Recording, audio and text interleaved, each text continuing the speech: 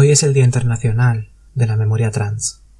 Originalmente no tenía pensado hacer un vídeo específico para este día, pero llevo semanas gestando la necesidad de hablar de este tema, de hablar de nosotras, las personas trans, a raíz de ciertos eventos que he vivido últimamente. Y al final ha coincidido con esta fecha.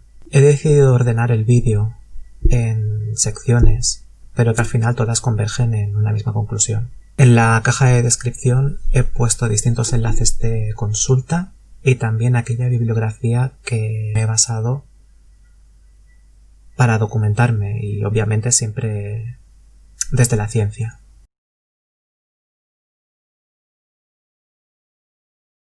Hablemos primero de interseccionalidad. A la gente le gusta mucho el binarismo, así en general. Clasificar las cosas en pares hace para nuestra mente que todo sea más fácil de ordenar y de comprender. Este binarismo es rígido. Te obliga a colocar cada cosa que analizas en un cajón o en otro. Por ejemplo, durante tiempo en física se discutía si la energía era un haz de partículas o de ondas. Tenía que ser una cosa o la otra, pero al final resultó que la energía era cuantizable, que la luz se comporta a la vez como una onda y como un haz de partículas. Otro ejemplo, a lo largo del siglo XX la orientación sexual era considerada bastante binaria, o eras heterosexual, que además era lo correcto, o eras homosexual, y que era considerado una enfermedad y algo que había que curar, ya que la bisexualidad siempre quedó invisibilizada, y la sexualidad, además de invisibilizada, quedó también patologizada. Hoy en día sabemos que la orientación sexual es un espectro, dentro del cual algunas personas están en un punto fijo desde que nace y otras se van moviendo de forma fluida según se van descubriendo a sí mismas a lo largo de los años. Pero en cualquier caso es un rasgo que la propia persona construye a medida que crece, porque no depende solo de su biología y de su psicología, sino que también depende del ambiente y de la cultura. ¿Qué ocurre en el caso de las opresiones? Las tendemos a analizar como binarismos independientes. Primero establecemos, por ejemplo, el binarismo hombre-mujer y en base a ese binarismo definimos la opresión machista del hombre hacia la mujer. Que no se malentienda, esta opresión es real. Con el racismo hacemos igual. Establecemos el binarismo blanco-negro y definimos sobre eso la opresión racista de la persona blanca hacia la negra. Pero las personas blancas, quienes tenemos el privilegio blanco, se nos olvida que también existe el colorismo, no solo el racismo. Distintas formas de discriminación y de opresión según que el color de la piel sea más claro o más oscuro. Y eso hace que la opresión racista como tal tenga varios matices. La realidad nunca es estrictamente binaria. Queremos las cosas fáciles y catalogables, porque lo contrario nos incomoda muchísimo. Y es algo que yo puedo entender, pero la realidad es la que es. La mayoría de veces, un espectro. No solo eso, como en el gato de Schrödinger, que puede estar vivo o muerto a la vez, o un electrón que puede estar en varios sitios a la vez, una opresión se puede superponer con otra. Una persona puede ser mujer y padecer la opresión machista al mismo tiempo que puede ser racializada y padecer racismo, y puede ser al mismo tiempo también discapacitada y por lo tanto sufrir capacitismo y cuerdismo, etc. Esta superposición de opresiones ocurre porque de forma paralela los distintos elementos que conforman una sociedad y una cultura no están separados entre sí, sino todo lo contrario, están siempre interconectados e interrelacionados, de forma sinérgica. Por tanto, la interseccionalidad es el análisis de la confluencia de dos o más opresiones en un mismo colectivo, y es necesaria en todos los ámbitos. Para poder proseguir, necesito aclarar antes dos cosas. La primera, el sexo existe, pero no es binario. Y la segunda, el género, también existe, y tampoco es binario.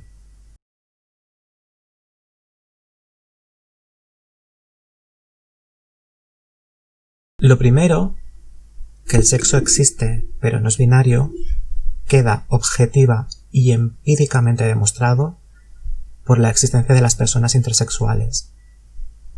Se sabe que al menos 1 de cada 2000 niñas recién nacidas presentan genitales ambiguos, es decir, que las personas adultas, incluyendo los médicos, no pueden diferenciar a simple vista. No se tiene un recuento preciso de cuánta gente intersexual hay en el mundo, porque... ¡oh sorpresa!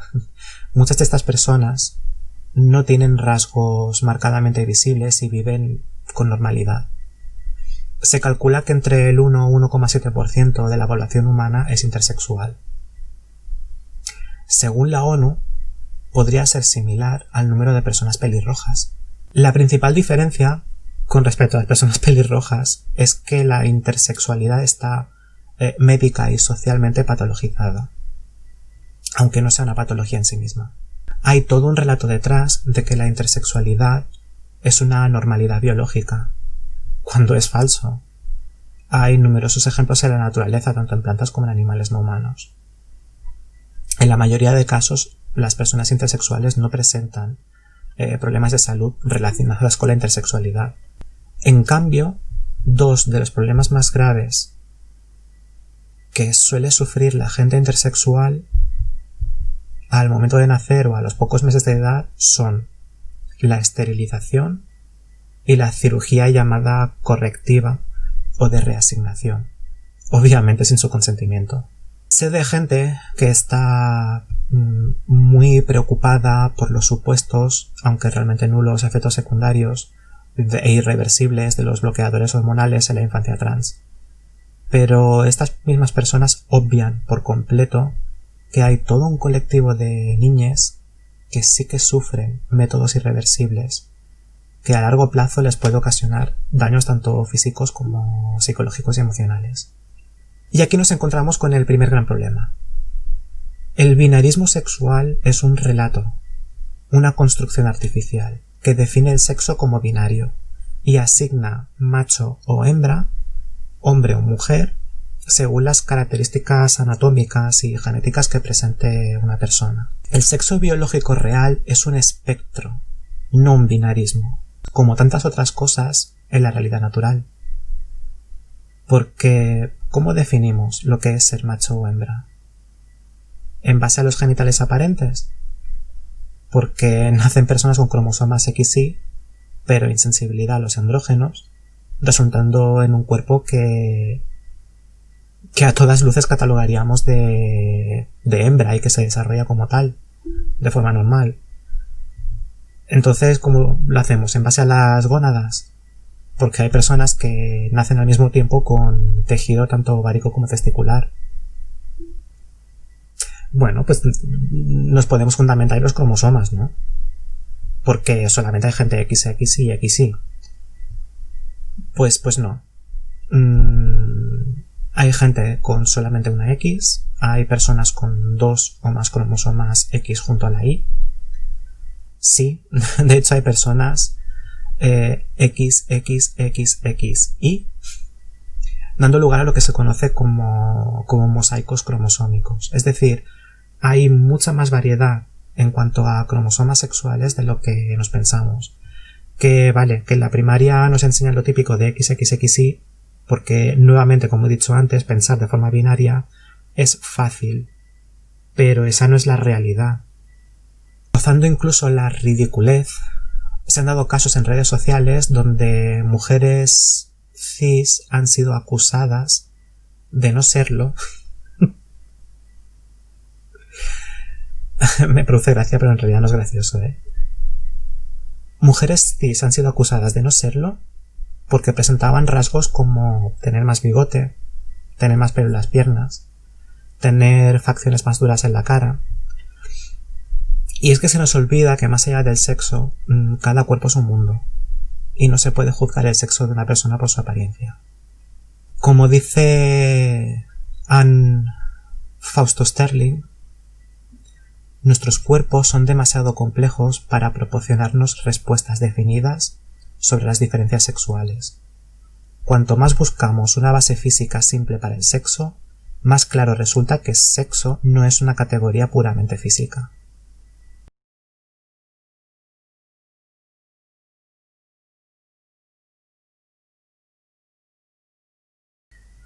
En cuanto a género, algunas corrientes ideológicas equiparan la palabra género con roles de género, pero en realidad convendría diferenciar entre género o género social, identidad de género y roles de género. Son tres cosas completamente diferentes. El género o género social es una forma de categorizar a las personas, dándoles una base sobre la cual construir su identidad social. Una identidad que siempre existe en relación a los otros miembros de la sociedad. De nuevo, lo más fácil y más cómodo es establecer dos categorías, dos géneros, motivo por el cual la mayoría de sociedades y culturas han establecido un binarismo de género, hombre, mujer. Pero han existido a lo largo de la historia y existen todavía a día de hoy otras culturas con más de dos géneros. Por ejemplo, los chukchis siberianos tienen un sistema de 7 géneros. Los roles de género son un conjunto de códigos o normas socioculturales que definen cómo tienen que presentarse, comportarse cada género según la sociedad y la cultura en la que se definen esos géneros. En nuestra cultura blanca occidental, los roles de género dictaminan que el género hombre no puede mostrar vulnerabilidad o expresar sus emociones a menos que sea en forma de agresividad, y que el género mujer tiene que tender a los cuidados y a la maternidad, por poner solo 2 ejemplos. Al ser códigos sociales, su transgresión suele implicar una reacción negativa por parte del entorno social. Siguiendo con los ejemplos anteriores, un niño que exprese sus emociones, por ejemplo, que llore, es ridiculizado por otros niños y por adultos que sí que siguen los roles de género, los roles normativos.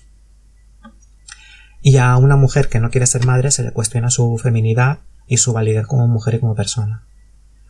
Por lo general, el género y los roles de género, que hemos dicho que son cosas diferentes, terminan conformando distintos tipos de estereotipos de género. Son unas ideas en el imaginario sociocultural colectivo de cómo es cada género. Por ejemplo, un estereotipo de género muy típico es la idea o imagen de que las mujeres son histéricas por naturaleza y que no saben leer mapas, mientras que los hombres pues supuestamente son racionales y tienen un buen sentido de la orientación. A menudo, cada sociedad establece una jerarquía entre los diferentes géneros, y dicha jerarquía se ve reflejada en los roles y los estereotipos de género. El hecho de que haya una jerarquía, es decir, una verticalidad, es lo que da lugar a la discriminación y a la opresión. Quienes están arriba en la jerarquía tienen unos privilegios y un poder sobre quienes están debajo. En nuestra sociedad blanca occidental es muy clara esta jerarquía y establece que el género hombre queda por encima del género mujer, como ocurre en todas las sociedades patriarcales. La opresión patriarcal o machista se ve en aspectos como la dificultad que tienen las mujeres para acceder a puestos de poder, la desigualdad salarial, el acceso a peores empleos y ocupaciones, las responsabilidades añadidas en los cuidados, la falta de credibilidad que suelen padecer las mujeres en casi todos los campos, especialmente en los técnicos, en cómo las conductas masculinas, consideradas masculinas, suelen estar mejor recompensadas y un largo etcétera. Por ejemplo, se ha visto en aquella infancia y adolescencia que desafía los roles de género que las niñas con comportamientos más masculinos están socialmente más aceptadas que los niños con comportamientos más femeninos. Que eso no significa que ellas estén exentas de prejuicios, ojo. Pero en general se perciben de forma más positiva que ellos. Justamente porque el niño afeminado no solamente está transgrediendo los roles normativos de género, sino que a más está simbólicamente cayendo desde la categoría hombre que está por encima a la categoría mujer, que es percibida como inferior, menos válida, más débil. Respecto a la identidad de género. La identidad de género es la percepción que cada persona tiene sobre cuál es su género.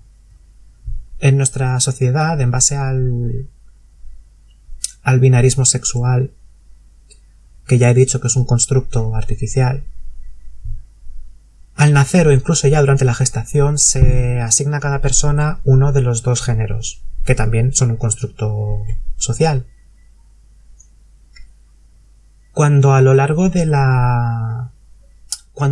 desarrollo psicosocial la persona manifiesta su identidad de género, esta puede coincidir o no con el género asignado.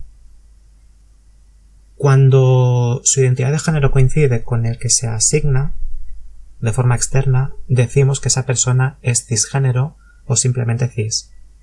Y cuando no coincide, decimos que esa persona es transgénero o simplemente trans, como es mi caso, que soy una persona trans no binaria. Una de las recurrentes discusiones ideológicas en las redes sociales es la que determina que solo el sexo es real y que la identidad de género es una cosa falsa, totalmente adquirida. Por lo general yo lo que encuentro es que se suele confundir la identidad de género con el género social y con los roles de género, ya que a menudo una persona puede ser cis, es decir, puede percibirse a sí misma de un género coincidente con el género que se le asigna desde fuera, y al mismo tiempo está transgrediendo los roles de género. Pero eso no significa que su identidad de género sea 100% artificial. De hecho, en realidad lo que está ocurriendo es que cuando la identidad de género es cisgénero normalmente no supone ningún problema. El problema aparece cuando es una identidad trans, porque pone en evidencia a la identidad de género como algo real, tan real como el sexo. Uno de los casos más emblemáticos es el de David Reimer. Reimer había nacido con pene y testículos. Se le asignó al género masculino, que es lo que se le suele hacer a la gente que presenta pene y testículos, y lo llamaron Bruce Reimer. Había nacido con su gemelo, llamado Brian. ¿Vale? O sea, tenemos dos chicos gemelos, Bruce y Brian. A los 8 meses, a ambos se les practicó una circuncisión, porque habían nacido con fimosis. Hasta aquí bien. El problema es que a Bruce, digamos que la circuncisión salió mal. Mientras le estaban operando, el urólogo de turno pues se cargó su pene, tal cual. Los padres, preocupados, lo llevaron a un psicólogo, uno que en su momento era muy famoso, se llamaba John Money, quien trató el caso como si fuera de una persona intersexual. Money creía que la identidad de género se creaba solo, exclusivamente por aprendizaje social, y que por lo tanto podía ser maleable. Así que les dijo: vamos a reasignar su género y su sexo. Y les convenció a los padres de Bruce. Le quitaron los testículos. Con 22 meses de edad, le dieron tratamiento con estrógenos y le cambiaron el nombre a Brenda. ¿Cuál fue el resultado de todo eso? Reimer desarrolló una identidad de género masculina, se autodefinía como chico, siempre se autodefinió como chico, creció traumatizado, las visitas con John Money cada vez le hacían más daño, era víctima de bullying en el colegio, a los 13 años empezó a sufrir depresión. Al final, y viendo que tenía intenciones suicidas, sus padres dejaron de llevarlo a ese psicólogo y por recomendación de un endocrinólogo y de otro psiquiatra decidieron contarle la verdad a Reimer sobre su reasignación de sexo, porque hasta entonces no se lo habían dicho. Siempre le habían dicho que es que era una niña. Por lo que a los 15 años, pues decidió asumir su género masculino, cambiarse de nombre a David. O sea, hemos pasado de Bruce a Brenda y ahora a David. E intentar por todos los medios médicos posibles de la época revertir su reasignación. Aún así, a los 38 años se suicidó.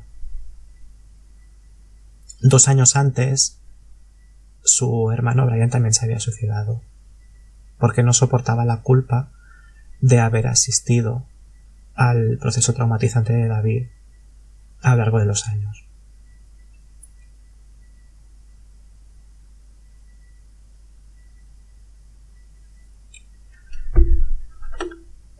Moraleja: no se juega con la identidad de género de la infancia y tampoco hay que asignar un género y un sexo a alguien al nacer. Pero al margen de eso, el caso de Reimer es revelador porque por mucha presión social, por mucha socialización de género que haya, en él había un sentido de género, un sentido de identidad de género muy clara, que sobrevivía a todo eso. La identidad de género es algo real. Eso ocurre con las personas trans. Se nos asigna un género, nuestra identidad de género es otra, pero se nos niega a lo largo de toda la vida, mientras se nos obliga a aceptar el género asignado. Incluso personas tan excluyentes que dicen querer abolir el género terminan cayendo en la asignación binaria al decir cosas como: es que eres mujer porque eres una hembra biológica, o eres un hombre porque eres un macho biológico. Pero esa asignación externa es arbitraria, como ya he explicado antes. Así que, repito, el sexo es real pero no es binario. El género es real y tampoco es binario. Tania Esmeralda define la construcción de la identidad de género como un proceso complejo que involucra factores biológicos, sociales, culturales y psicológicos, por lo que cualquier acercamiento reduccionista a solo lo biológico, solo lo psicológico o solo lo sociocultural simplemente estará equivocado, porque la identidad de género no es resultado de solo una de esas cosas. De nuevo, las personas queremos todo categorizado y simple, pero la realidad es otra. La identidad de género es clara para la propia persona desde los 3-4 años de edad, coincida o no con la asignada al nacer. Las infancias trans no están confundidas, tienen las cosas muy claras. Según la Convención sobre los Derechos del Niño, por un lado se reconoce en el preámbulo que en todos los países del mundo hay niños que viven en condiciones excepcionalmente difíciles y que esos niños necesitan especial consideración. Por ejemplo, los niños trans. Y por otro lado, en el artículo 2.2 se menciona la necesidad de garantizar que el niño se vea protegido contra toda forma de discriminación o castigo por causa de la condición, las actividades, las opiniones expresadas o las creencias de sus padres, o de sus tutores, o de sus familiares. Lo que implica que la infancia trans necesita protección y que también se les respete su identidad, incluso aunque sus propios padres la nieguen. La negación de la identidad individual de género suele repercutir en una malísima salud mental. Piensa que tú sabes quién eres, pero todo tu entorno te dice que no eres quien tú dices ser, sino otra persona, desde la infancia a lo largo de toda tu vida. Y creces con esa lucha interna y con esa disonancia. Si las personas trans solemos desarrollar depresión y ansiedad, no es por el hecho de ser trans, sino por la oposición sociocultural y del entorno y la presión a la que nos someten. Con esto quiero alcanzar otra conclusión. Ser transgénero no es tener una patología. No es una enfermedad mental ni es un trastorno mental. Como ocurre con muchas minorías, ser trans es ser víctima de una opresión. Por estadística hay muchísimas más personas cisgénero que transgénero, lo cual, aunado a una cultura donde históricamente solo se ha considerado normal el ser cis, mientras que se ha patologizado el ser trans, hace que se establezca una jerarquía, una verticalidad entre las personas cis que quedan por encima y las personas trans que quedamos por debajo. Igual que ocurre entre hombres y mujeres, entre personas blancas y racializadas, entre personas heterosexuales y personas con otras sexualidades, entre personas capacitadas y personas discapacitadas, etc.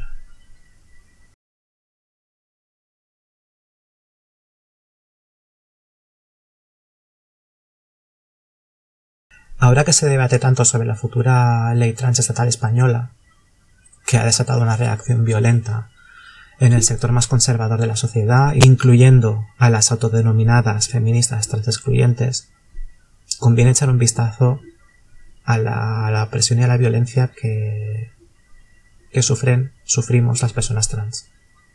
Primero voy a empezar por los mitos. Sobre lo de los lavabos. Se ha dicho hasta la saciedad. Querida gente cis, los hombres cis que quieran violar en lavabos no necesitan hacerse pasar por mujeres trans. Simplemente violan. Es más, teniendo en cuenta la relación de poder que hay en una violación, un hombre cis no se haría pasar por mujer, nunca renunciaría a su frágil ego masculino. Por cierto, que las mujeres trans también son violadas en los lavabos por hombres cis, como el caso de la mujer trans violada en Stonewall Inn, sí, el lugar mítico, en 2016. Se dice que las mujeres trans en equipos femeninos de deporte jugarían con ventaja por temas hormonales y por patatas, básicamente, porque no se cuenta que hay mujeres cis con, esto lo tengo que leer, hiperandrogenismo, es decir, sobreproducción de testosterona, como es el caso de Caster Semenya, quien tuvo que renunciar al Mundial de Atletismo de Doha porque la normativa de la Asociación Internacional de Federaciones de Atletismo la obligaba a medicarse para reducir los niveles de testosterona. Todo en nombre de la verificación de sexo, ya que por lo visto si tienes más de 5 nanomoles de testosterona por litro de sangre, ya no eres mujer. Vamos, una aberración. O sea, las mujeres quejándose de que mujeres trans entren en el deporte femenino y resulta que otras mujeres cis quedan baneadas, básicamente, en el deporte femenino.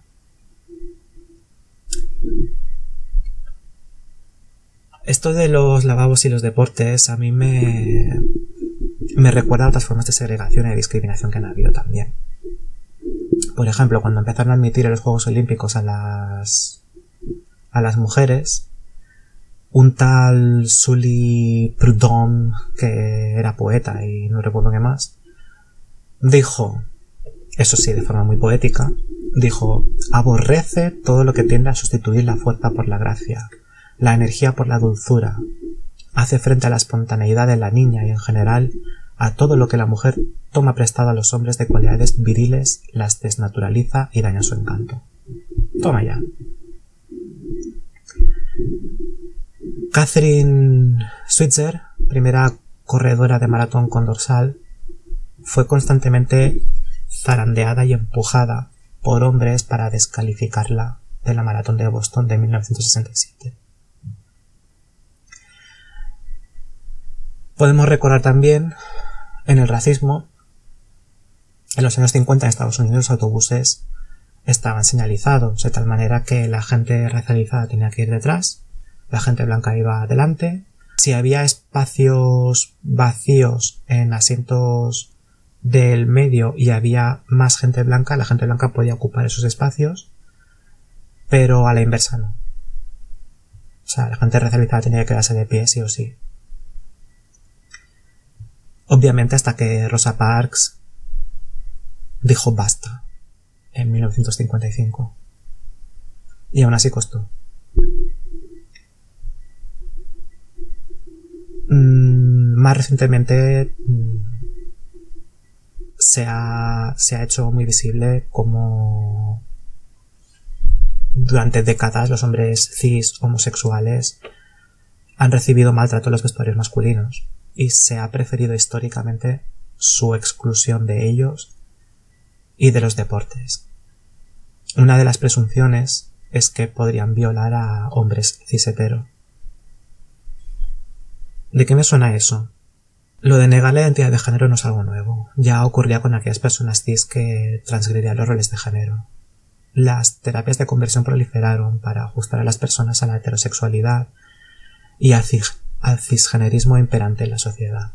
Sobre lo de los hombres cis que supuestamente utilizarían la ley trans para evitar la condena por violencia de género, para empezar no es posible.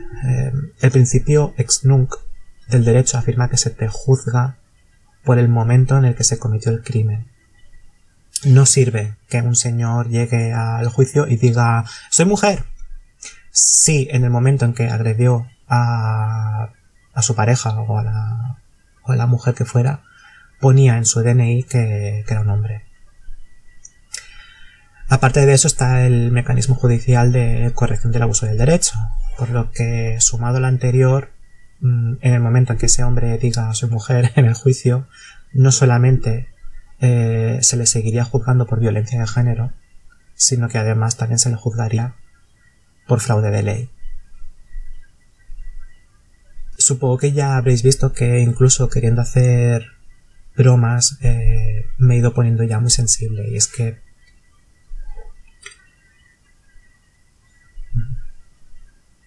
lo de Reimer en realidad me parecía duro, y lo que viene ahora es la parte que más me cuesta. A raíz de una petición que me hicieron y que implicó que investigara casos de asesinatos trans, cada vez que veo los ataques que se lanzan contra el colectivo trans, especialmente con saña contra las mujeres trans, a mí se me revuelve el estómago. Los datos reales son estos. Desde el 2008, que es cuando se empezó a registrar más o menos los casos de asesinatos trans, ha habido un incremento continuado gradual. Para ahora, noviembre del 2020, el incremento es del 6% con relación al año pasado.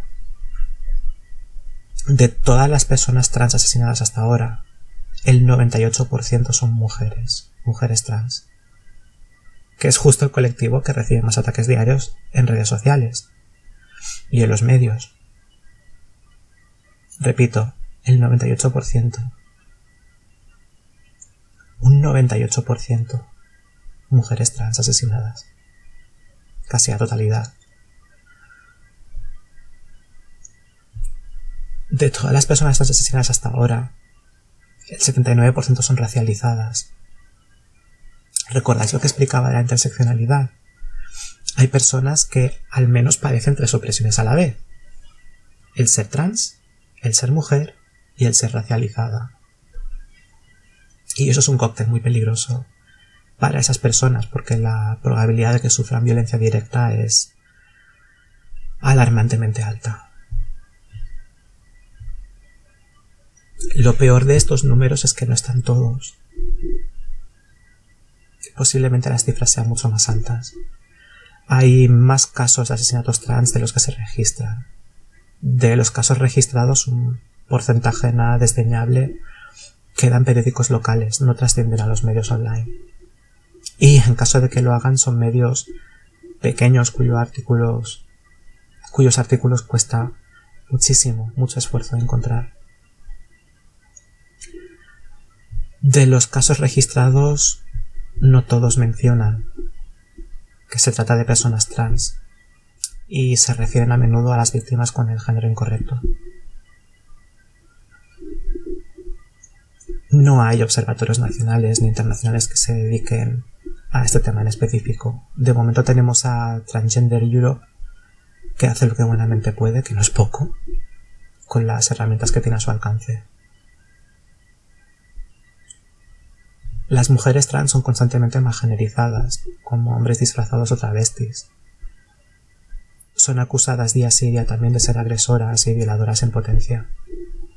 Pero todo ese supuesto miedo hacia las mujeres trans es un relato. Es un relato escrito con odio, llamado transfobia. La realidad, y no me estoy inventando nada de todo esto, es que en el mundo las mujeres trans son violadas, golpeadas, apuñaladas, disparadas. Les denega atención médica, incluso ahora con el COVID. Tienen un índice de empleabilidad bajísimo, ya que la sociedad las rechaza y prácticamente las relega al trabajo sexual como única opción. Las que son asesinadas, muchas de ellas lo son a manos de sus parejas o exparejas. Por supuesto, hombres cis, quienes no soportaban que ellas rompieran con ellos o que ellas pidieran fidelidad mientras ellos se acostaban con otras mujeres. ¿Os suena de algo eso? ¿Te suena de algo? Se llama violencia machista. Otras muchísimas eran asesinadas paseando en la calle con sus amigas o en su puesto de trabajo, por ejemplo en una peluquería, porque eran odiadas por el hecho de ser trans. Nada más que eso.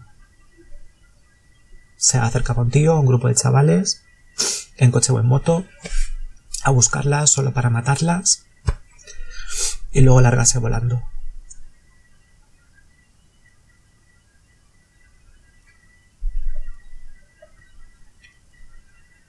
Y tras todo eso tengo que ver cada día cómo acosan, difaman y criminalizan a mujeres trans y las tratan como si fuera el enemigo. Querida gente cis, al igual que un hombre no es consciente de sus privilegios y de su posición opresora, o una persona blanca no es consciente de sus privilegios y su posición opresora, las personas cis no sois conscientes o no queréis serlo de vuestros privilegios y vuestra posición opresora. Y yo estoy en mi derecho de enfadarme cuando veo que sembráis y contagiáis transfobia, porque es algo totalmente injusto e injustificable. Y si las personas trans decimos que algo es transfobia, creedme, lo es. Por mucho que os ofenda, que os lo digamos. Aún no he hablado de la infancia y la adolescencia trans. Los menores trans, en primer lugar, son en su mayoría silenciados por sus familias y por su entorno. Suelen mostrar su identidad a partir de los 2-3 años y son obligados a vivir con el género asignado y no con su identidad de género real. Se les considera que pasan por una fase o bien que directamente tienen alguna clase de trastorno mental, por lo que crecen con incomprensión, con culpabilidad, con vergüenza, con baja autoestima, y eso va en incremento. No es raro que se asocie a menores trans con altos índices de depresión y de ansiedad. Algunos son erróneamente diagnosticados con TDAH o con psicosis. Todo esto son cosas que las personas del colectivo LGTBIQ+ hemos vivido durante décadas, por lo que todavía es más sangrante que gente del colectivo decida ser trans excluyente. Luego cierta psicóloga forense dirá que es que el diagnóstico de disforia de género es necesario porque las personas trans manifiestan síntomas patológicos. Y yo le diría que pruebe a crecer y a vivir en esas mismas circunstancias sociales y ambientales, a ver si sale de ahí con buena salud mental. Lo que necesita la infancia y adolescencia trans, al igual que los adultos, no son diagnósticos patologizantes, sino comprensión, apoyo y un acompañamiento en su transición. El modelo de despatologización que está surgiendo desde el 2007 es un modelo llamado de decisión informada, que es distinto al de evaluación psiquiátrica, que trata el ser trans como enfermedad, trastorno, anomalía o incongruencia. Y se le llama de decisión informada porque todo el asesoramiento y el apoyo profesional se enfoca al proceso constante y respetuoso de información, decisión y consentimiento. Las personas trans excluyentes, quienes instrumentalizan a la infancia trans, dicen temer que se adoctrine a la infancia y se la obliga a hormonarse, pero eso simplemente no es posible. La ley trans por la que abogamos sigue ese modelo de decisión informada. Además, no se les da hormonas a los menores trans, sino bloqueadores hormonales, que no es lo mismo.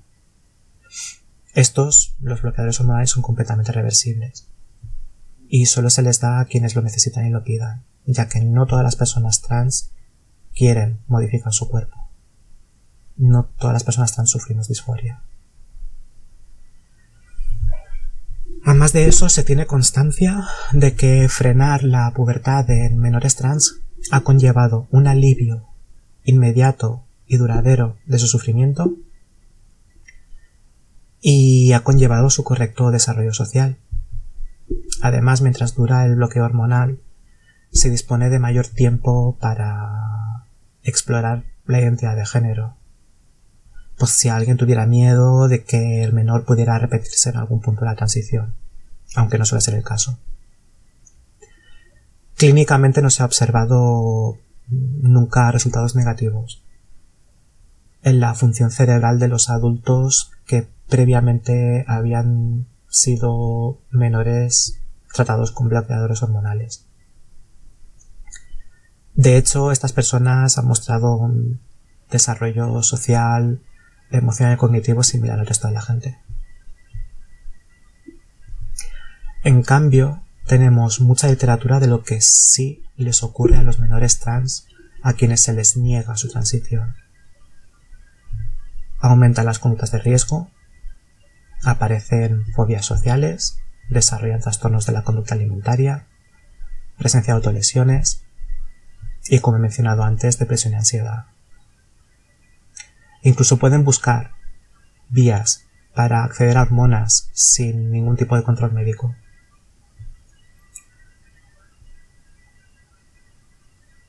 La negación de su identidad les afecta negativamente en su desarrollo social e intelectual y también en su salud. Toda esta amalgama, junto con el acoso que suelen sufrir los jóvenes trans de todas las edades, llevan a no pocas muertes. Los llamamos suicidios, pero en realidad son asesinatos sociales. Como el de Alan, en Rubí, quien tenía 17 años. O el de Lucas en Alcalá, de Guadaira, con 21 años. El de Talía en Móstoles, con 17 años. El de Kai en Ondarroa, 15 años. O el de la chica de 18 en Giria, que no llegó a escoger un nuevo nombre para sí misma. La transfobia mata. Por todos estos motivos, en el mundo se están poniendo las pilas, actualizando la legislación para proteger a las personas trans. Tenemos, por ejemplo, la resolución 17/19 de junio del 2011 del Consejo de Derechos Humanos de las Naciones Unidas, también la resolución 27/32, la resolución 2732 de septiembre del 2014, también del Consejo de Derechos Humanos de las Naciones Unidas. Tenemos ya la Ley de Identidad de Género de Argentina del 2012 y la Ley de Identidad de Género, Expresión de Género y Características Sexuales en Malta del 2015. Todo esto está sentando precedentes. Es cierto que la OMS excluyó el ser trans de su lista de enfermedades mentales en 2018, es decir, hace muy poco. Y aún no lo ha despatologizado del todo, porque lo llama incongruencia. Pero también tenemos que recordar que la homosexualidad fue excluida por la OMS de su lista de enfermedades mentales en 1990, también hace bastante poco. El mundo no se terminó por ello, ni porque surgieran leyes de protección al colectivo LGTBIQ+. Ya de paso, te recuerdo también que el movimiento por los derechos del colectivo LGTBIQ+, lo inició justamente el colectivo trans, en 1969. Un movimiento especialmente encabezado por mujeres trans racializadas. Así que, en el Día Internacional de la Memoria Trans, te pido no solo comprensión, aceptación y apoyo, también te pido interseccionalidad, como siempre tendría que haber sido. Y te recuerdo que las personas trans no binarias también existimos. Esto no es una cuestión ni de teorías ni de ideologías, es una cuestión de derechos humanos y de salvar vidas. Si has llegado hasta el final, tienes mi sincero agradecimiento. Te pido si puedes que compartas este vídeo en tus redes sociales para visibilizar esta cuestión. Gracias.